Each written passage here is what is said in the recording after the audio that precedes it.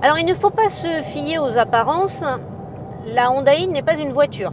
En tout cas, ça n'est pas qu'une voiture, c'est un peu de cette façon qu'Honda nous la présente. C'est aussi un objet de mobilité pour essayer de se rapprocher de quelque chose qui ressemblerait à une voiture. C'est aussi un salon roulant finalement, dans lequel vous pouvez regarder la télévision, jouer à des jeux vidéo. C'est également un objet connecté, forcément à notre époque. C'est aussi un fournisseur de services, paraît-il, puisque c'est une voiture qui se gare toute seule notamment. C'est enfin un fournisseur d'énergie, mais c'est vrai que finalement, le fait que cette voiture soit uniquement une voiture électrique passe presque inaperçu. Quand on s'installe à bord, c'est vraiment une grosse surprise. C'est vrai que la présentation est très très réussie. C'est impressionnant. Les dernières Mercedes prennent même presque un petit coup de vieux. À bord, vous avez pas moins de 5 écrans puisqu'il y a 2 écrans de 12 pouces. Finalement, le conducteur et le passager ont chacun leur écran. Et les 2 écrans peuvent permuter soit à droite, soit à gauche pour afficher les différentes fonctionnalités. Vous avez également forcément un écran pour les informations de bord à la place des classiques compteurs.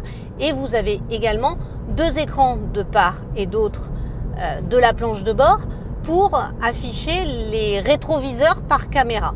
Et alors, ce qu'il y a de bien, c'est que contrairement à ceux d'une Audi e-tron, ils sont ici très bien positionnés.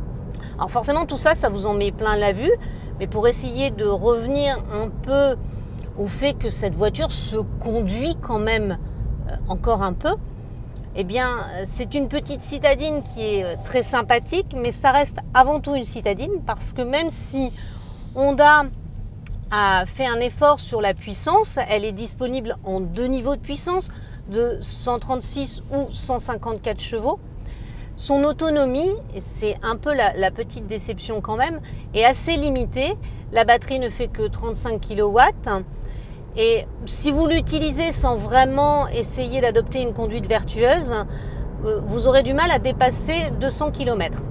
En revanche, la Honda E se recharge assez rapidement, en 30 minutes sur une borne rapide de 50 kW et en 4 heures environ sur des bornes de 7,4 kW, des bornes de type Wallbox.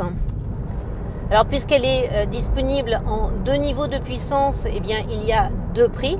Elle est accessible à partir de 36 060 € avec un équipement, il faut le préciser quand même déjà très très complet. Et la version de 154 chevaux que nous avons essayé aujourd'hui, qui s'appelle la Honda E Advanced, elle est facturée un peu plus de 38 000 € avec encore plus d'équipement. Et c'est vrai que de ce point de vue-là, c'est vraiment impressionnant puisque les rétroviseurs par caméra, le toit vitré, le double écran de la console centrale, tout cela est de série et Honda laisse même le choix entre des jantes de 16 ou de 17 pouces pour privilégier le confort qui est un peu ferme sur certaines irrégularités. Il est peut-être souhaitable de rester en jante de 16 pouces. Alors 2 mots sur la conduite tout de même, parce que même si on a tendance à penser que ça n'est pas une voiture, eh bien on tient quand même encore un volant. En ville, c'est une petite auto qui est très très agréable. Finalement, on ne se rend absolument pas compte que c'est une propulsion parce qu'elle est très stable. Le train avant est même un peu lourd et l'arrivée du couple de 315 Nm n'est pas plus surprenant que ça. Mais encore une fois, pour une petite citadine, elle est vraiment agréable et surtout très très maniable.